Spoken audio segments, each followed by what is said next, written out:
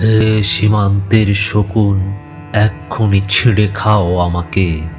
হে আটলান্টিকের eagle, শিগগিরই খুবলে খাও আমাকে। হে বৈকাল হ্রদের বাজ, আঁচড়ে কামড়ে ছিন্ন ভিন্ন করো আমাকে। আমার রক্তরসে শুধু অসহায়ত্ব আর অভাব।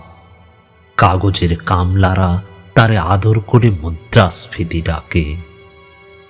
ঋণের চাপে নীল হয়ে যাচ্ছে আমার অনুচক্রিকা। সংসার চালাতে হয় ইন্টারনাল ব্লিডিং। কি আশ্চর্য, তবুও আমি মরছি না।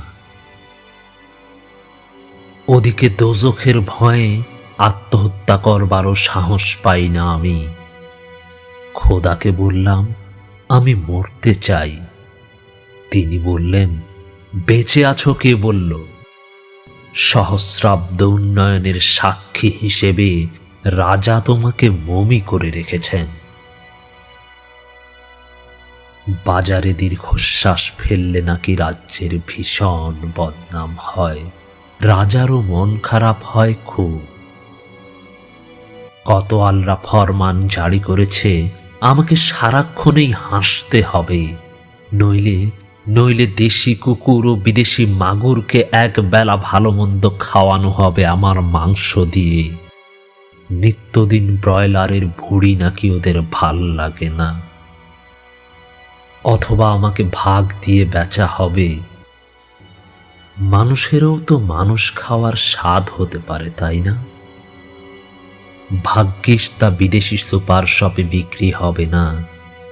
দেশি মানুষেরই তো হক বেশি আমাকে খাওয়ার।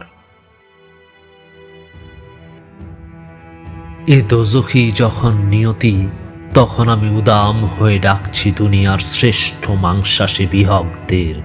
হে ঈগল, চিল ও ভয়ঙ্কর বাজেরা, হে সাম্রাজ্যবাদী সাহসী শকুনিরা, তোমরা F-35 মতো, MiG-29 মতো দল বেঁধে হামলে পড়ো আমার বুকে। আমার রান থান চক্ষু কলিজা আজ সব তোমাদের গনিমতের মাল। দেশি শুয়োর খুবলে খাওয়ার আগেই আমায় ইচ্ছে মতো ছিঁড়ে খাও তোমরা।